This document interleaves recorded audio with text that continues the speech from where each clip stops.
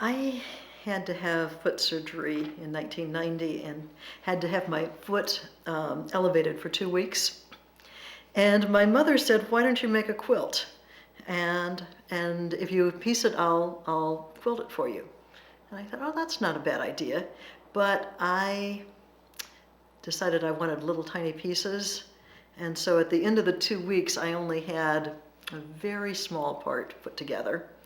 And it took me 7 years. I guess it took me maybe 5 years to piece it. And at that time, my mother was no longer interested in quilting it for me, but she taught me how to quilt.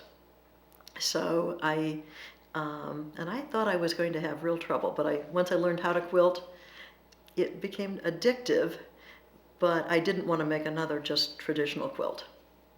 And then I began to discover quilt stores and fabrics available, and